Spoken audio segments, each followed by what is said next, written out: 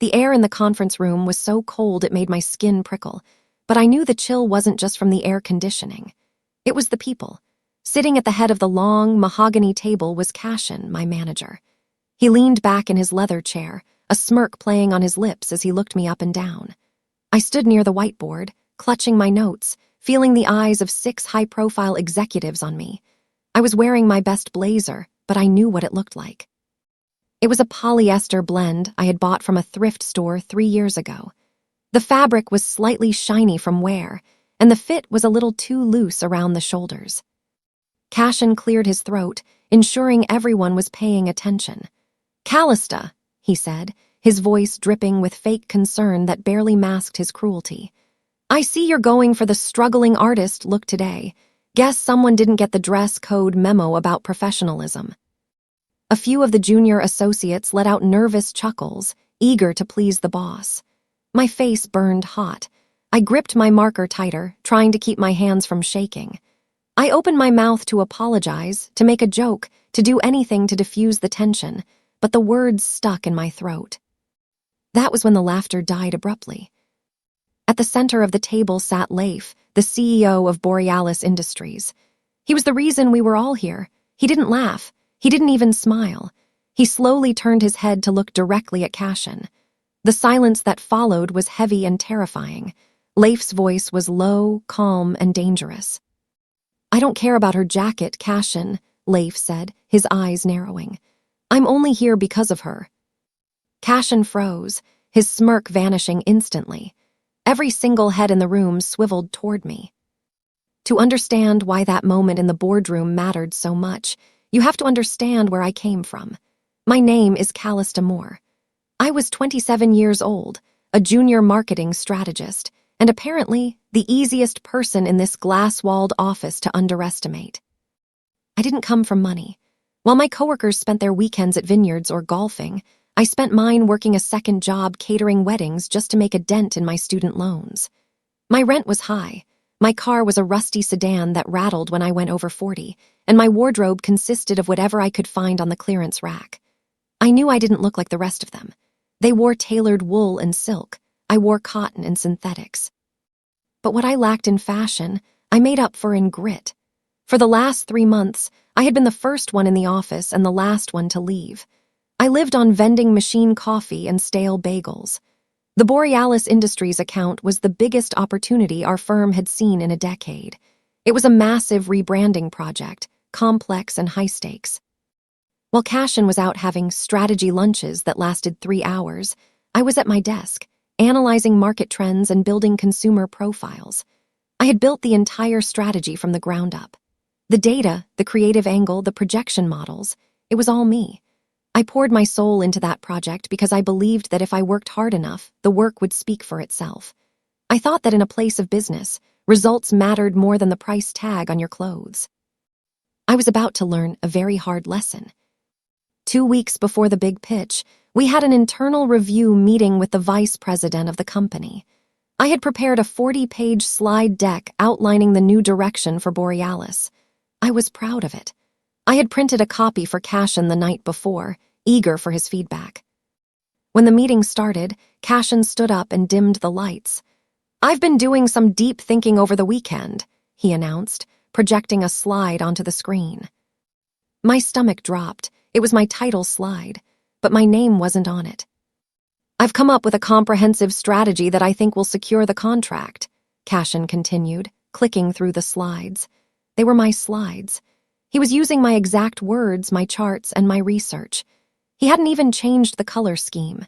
He spoke with confidence, using the insights I had emailed him, passing them off as his own brilliant revelations. I sat there, frozen in my chair. My heart pounded so hard I thought the person next to me could hear it.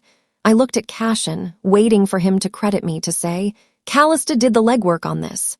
But he didn't. He didn't even look at me.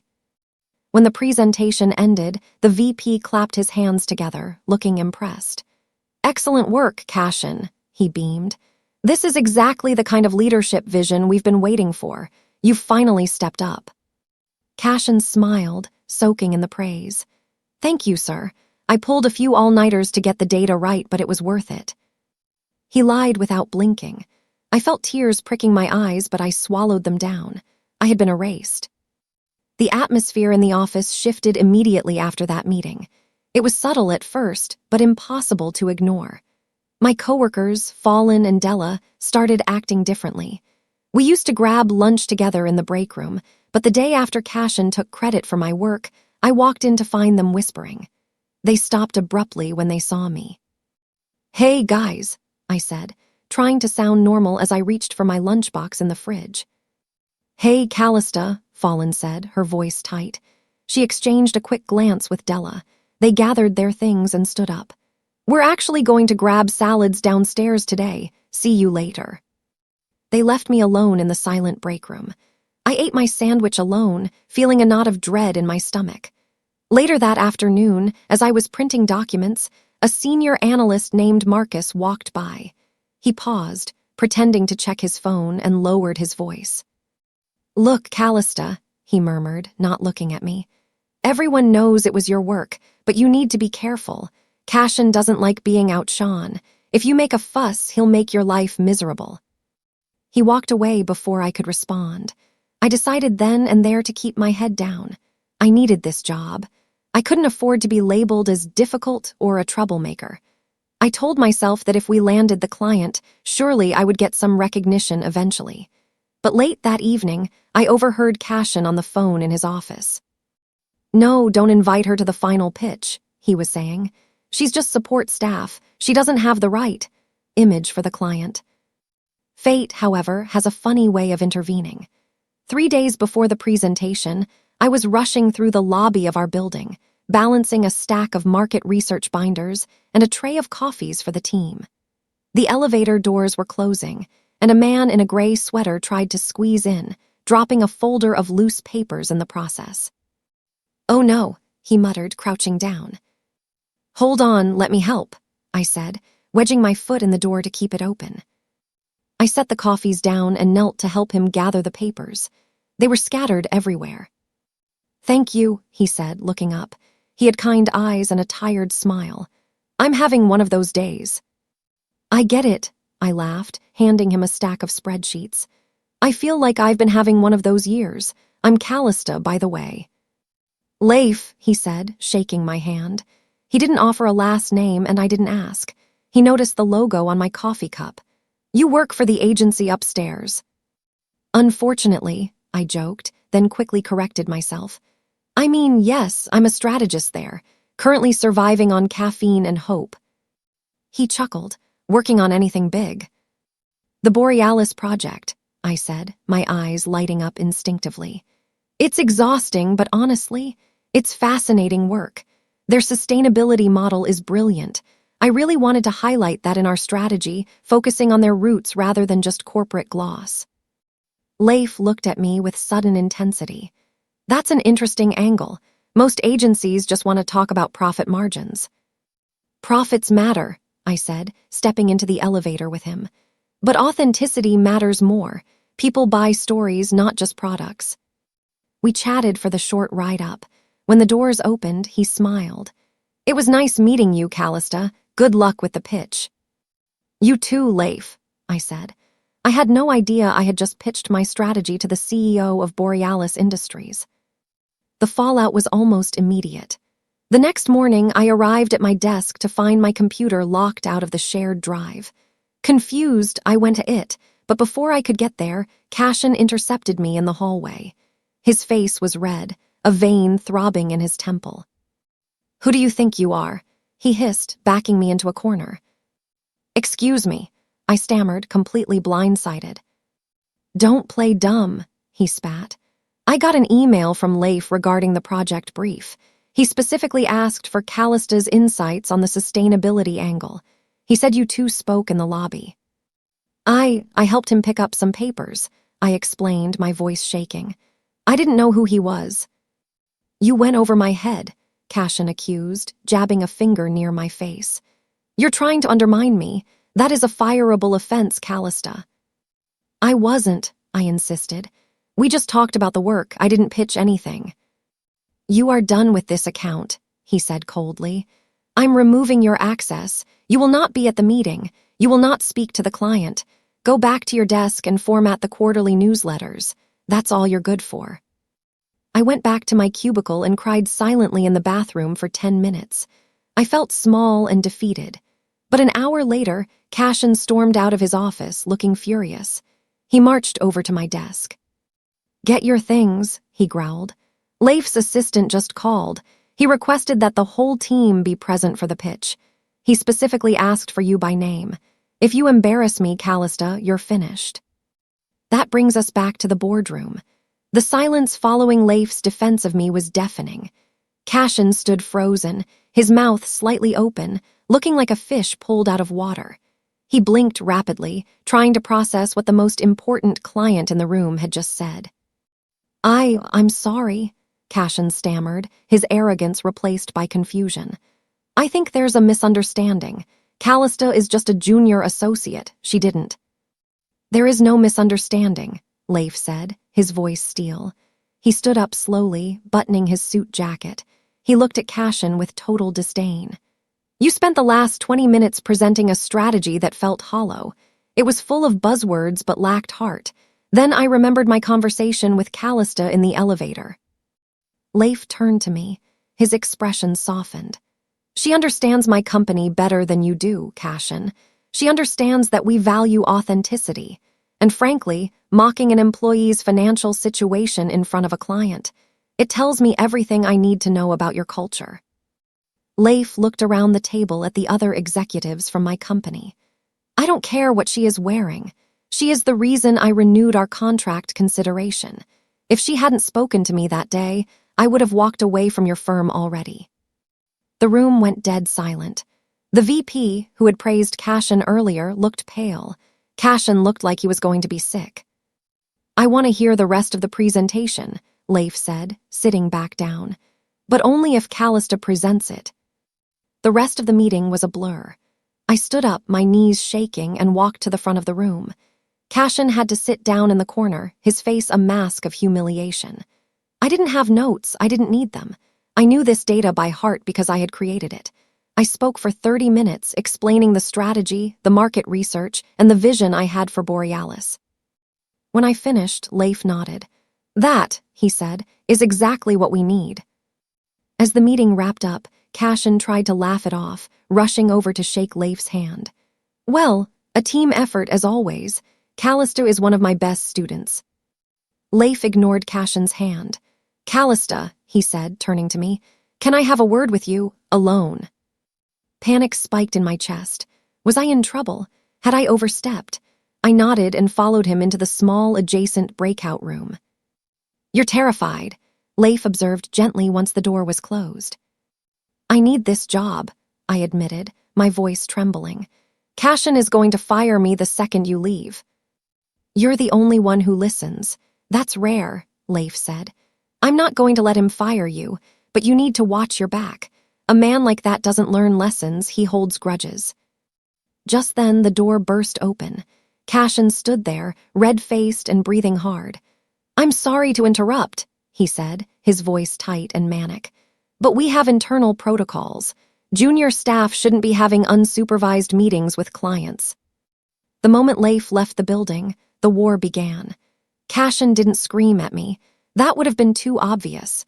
Instead, he went into his office and typed furiously for an hour. By the end of the day, I received an email from HR. The subject line read, "Meeting regarding professional conduct." I walked into the HR office to find the director, a stern woman named Mrs. Higgins, holding a printed report. Cashin had filed a formal complaint. He claimed I had undermined his authority, violated dress code policy repeatedly, and attempted to solicit clients for freelance work. "These are lies," I exclaimed, reading the list. "I never solicited freelance work. He mocked me in the meeting."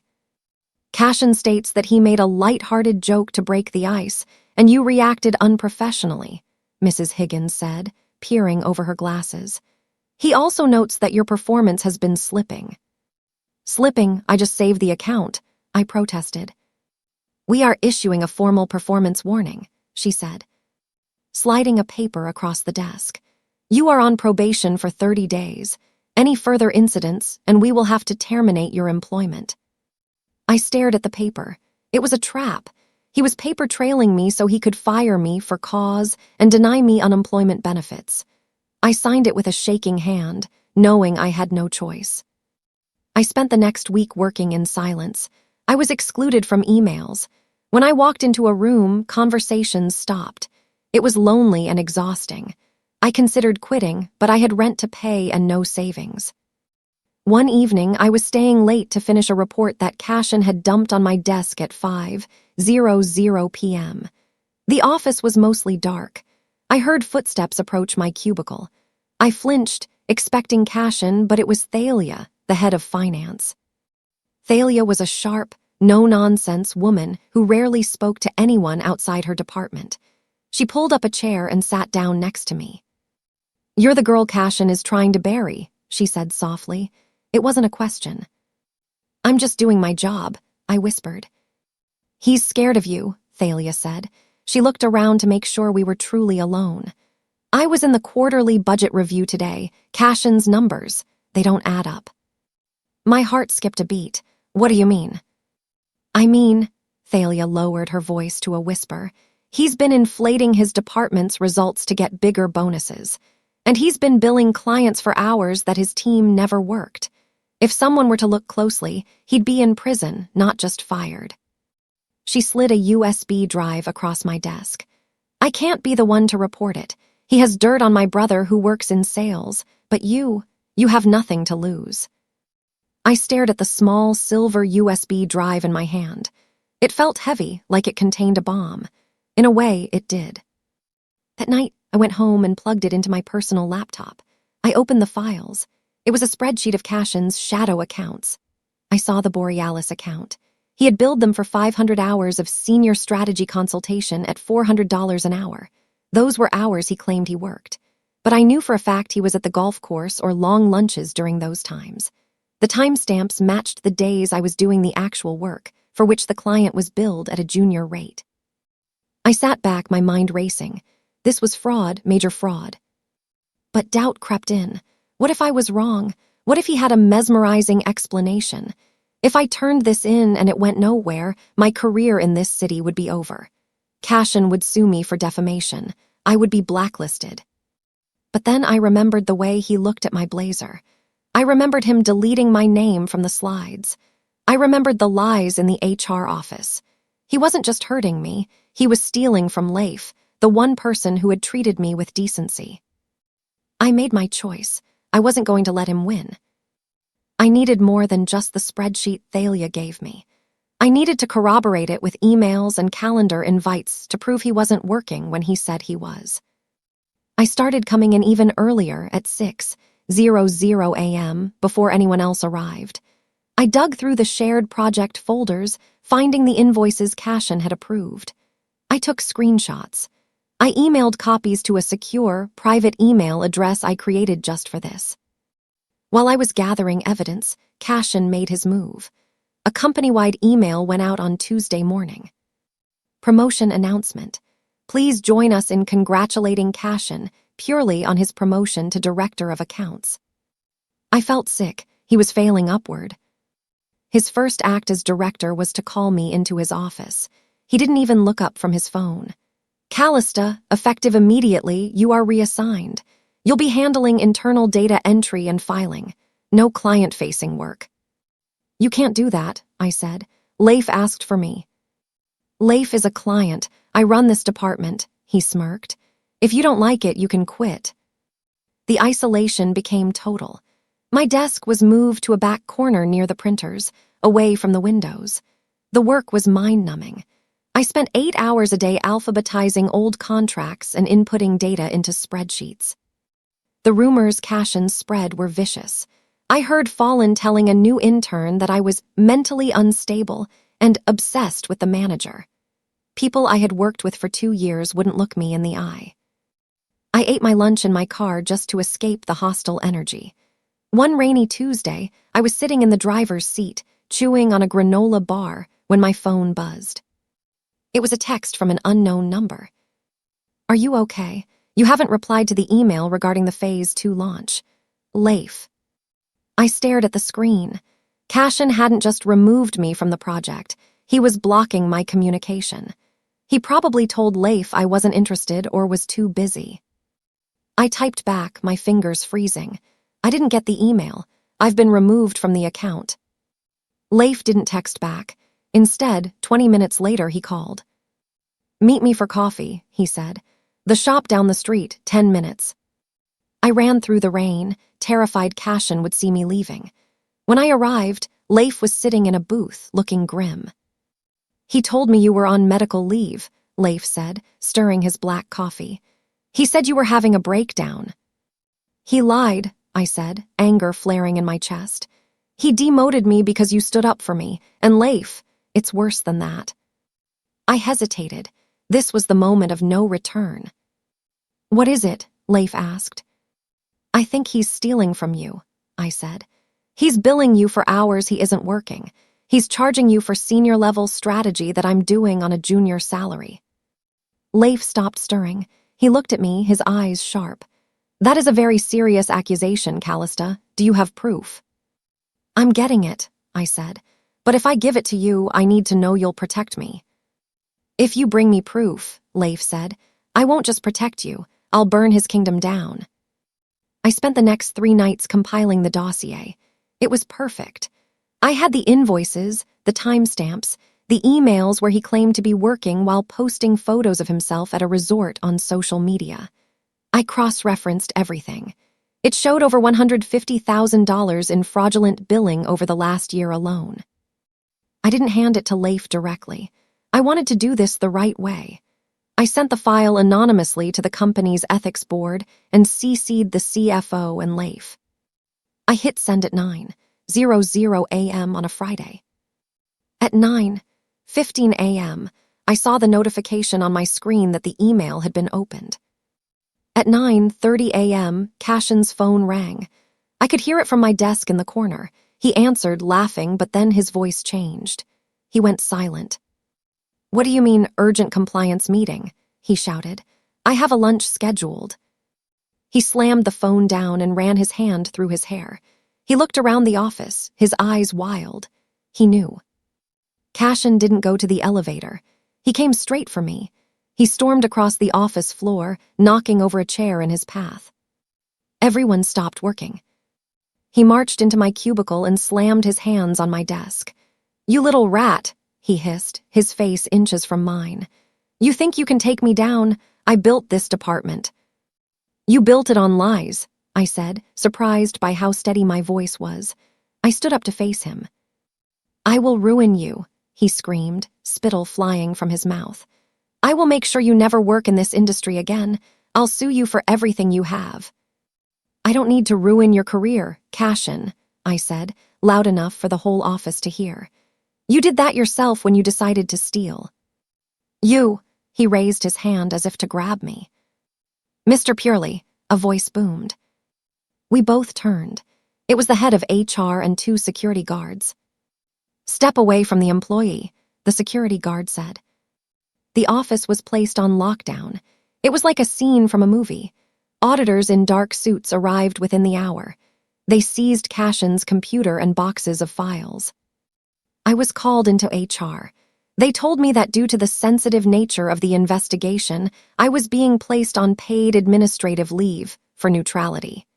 It felt unfair. I was the whistleblower, yet I was being sent home, but I knew it was protocol. Cashin was still in the building, shouting in a glass conference room as the auditors grilled him. He looked desperate. He was sweating, pointing fingers, trying to explain away the numbers. I packed my bag and walked to the elevator. My phone buzzed. It was Thalia. They found it, the text read, the fake invoice trail. He was creating shell vendors too. It's over. I breathed a sigh of relief. It wasn't just my word against his anymore. The math didn't lie. The unraveling was fast and brutal. Over the weekend, the news spread. Leif had officially frozen all contracts with our firm until the situation is resolved. That was millions of dollars in jeopardy. The board of directors called an emergency meeting for Monday morning. I received a call on Sunday night. It was the CEO of my company, the big boss I had never even met. "Callista," he said, sounding tired. "We would like you to attend the board meeting tomorrow. We need to hear your side of the story directly." I showed up on Monday morning wearing a crisp navy suit I had bought with my credit card. I figured if I was going down, I'd look the part. The boardroom was tense. Cashin was there, sitting at the far end, looking pale and haggard. He wouldn't meet my eyes. The meeting began with the CFO presenting the findings. The fraud was undeniable. Cashin had embezzled company funds and defrauded clients. When asked to explain, Cashin stood up and pointed at his team. "I rely on my staff to handle billing," he stammered. "If there were errors, it's because my team is incompetent. Fallon, Della, they handle the invoices." I looked at Fallon and Della, who were sitting against the wall. They looked terrified, but self-preservation is a powerful motivator. "That's not true," Fallon spoke up, her voice shaking. "You gave us the numbers. You told us specifically to use those codes. I have the emails where you instructed me to do it." "Me too," Della added. "You said it was standard markup." Cashin's face turned purple. "You're lying. You're all conspiring against me." Suddenly, the doors opened. Leif walked in. He wasn't an employee, but as the biggest client, he commanded the room. "I'm not here to listen to excuses," Leif said, staring at Cashin. "I want to know why my company was billed for work that this man did not do." The chairman of the board turned to Cashin. "The evidence is overwhelming, Cashin. You are terminated effectively immediately. Legal action will follow." Cashin slumped in his chair. The fight went out of him. "However," Leif interrupted, "before he leaves, I want him to apologize to her." He pointed at me. Cashin looked at me with pure hatred, but he had no leverage left. He stood up, trembling. "I'm sorry," he muttered, looking at the floor. "I didn't hear you," Leif said. "I'm sorry, Callista," Cashin said through clenched teeth. For everything." Leif shook his head. "You mocked her integrity because you don't have any yourself. Get out." Security escorted Cashin out of the room. He didn't look like a powerful director anymore. He looked like a thief in a cheap suit. The room was quiet after he left. The CEO turned to me. "Callista, we owe you a tremendous apology. We failed to supervise him and you paid the price. We'd like to offer you his position as director." I was stunned. Director. It was a massive jump. But before I could answer, Leif spoke up. "Actually, I have a counteroffer." He turned to me with a smile. "Borealis Industries is building an in-house marketing division. I need someone who understands our values, someone who isn't afraid to speak the truth, even when it's hard. I want you to lead it." I looked from the CEO of my current firm to Leif. One was offering me a promotion to clean up a mess. The other was offering me a chance to build something new. I hesitated. The imposter syndrome was still there, whispering that I wasn't good enough. But then I looked at the empty chair where Cashin had sat. I had beaten him. I was good enough. I resigned the next day. I packed up my desk, but this time the feeling was different. I wasn't being pushed out, I was moving up. As I walked to my car with my cardboard box, my phone rang. It was a number I didn't recognize, but I answered it. "Callista." It was Cashin. His voice sounded desperate, slurred, like he had been drinking. "What do you want, Cashin?" "Look, I can help you," he rambled. "If you retract your statement, tell them it was a misunderstanding. I can get a reference. I can't get a job, Callista. They're all blacklisting me. We can save both our reputations." I stood by my car, looking at the sun breaking through the clouds. "My reputation is fine, Cashin, and yours. It's exactly what you made it." I hung up the phone and blocked the number. I got into my car, started the engine, and didn't look back. 6 months later. The transition to Borealis had been hard work, but amazing. I was leading a team of 12. I had a budget, I had creative control, and most importantly, I had respect. Borealis was hosting a massive industry gala to launch the new campaign. I was the keynote speaker. I stood in front of the mirror in the dressing room. I was wearing a tailored emerald green suit, Italian silk. I had paid for it with my own money from a paycheck I had earned. It fit perfectly. I walked into the ballroom, feeling the energy of the crowd. As I made my way to the stage, I saw a familiar face near the catering entrance. It was Cashin. He wasn't a guest. He was wearing a headset and a generic black polo shirt with the logo of a small, local PR firm, the kind hired to manage check-ins and coat checks. Our eyes met. He froze. I could have ignored him. I could have walked past him like he didn't exist, the way he used to do to me, but I stopped. I walked over to him. He looked older, tired. The arrogance was gone, replaced by a nervous twitch. "Hello, Cashin," I said. "Callista," he mumbled, clutching his clipboard. I didn't know you were speaking." "I am," I said. He looked at my suit, then at his own uniform. The role reversal was brutal, and we both knew it. "I hope the event goes well," he said, looking down. "It will," I said. "Thank you, Cashin." "For what?" he asked, surprised. "For teaching me exactly who I never want to become," I said softly. Before he could answer, Leif stepped up to the microphone on stage. "Ladies and gentlemen, before we begin, I want to thank the person who saved us from a dishonest partnership and guided us to this moment. Please welcome our Director of Marketing, Callista Moore." The crowd erupted in applause. Cashin stepped back into the shadows, disappearing through the service doors as I walked toward the light. I stood at the podium, looking out at the sea of faces. I took a deep breath. I didn't need notes. 6 months ago, I began, my voice clear and strong, I was told that I didn't fit the image of success because of the clothes I wore. I was told that value comes from appearance, and that leadership is about taking credit for others' work. I paused. The room was silent, hanging on every word. "But I learned that respect doesn't come from suits or titles," I continued, looking toward the back of the room where I knew Cashin had fled. "It comes from how you treat people when no one is watching. It comes from integrity, and it comes from the courage to stand up for the truth."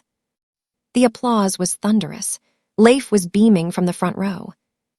I finished my speech and walked off the stage. I felt lighter than I had in years. He had mocked my cheap suit once. He had tried to break me.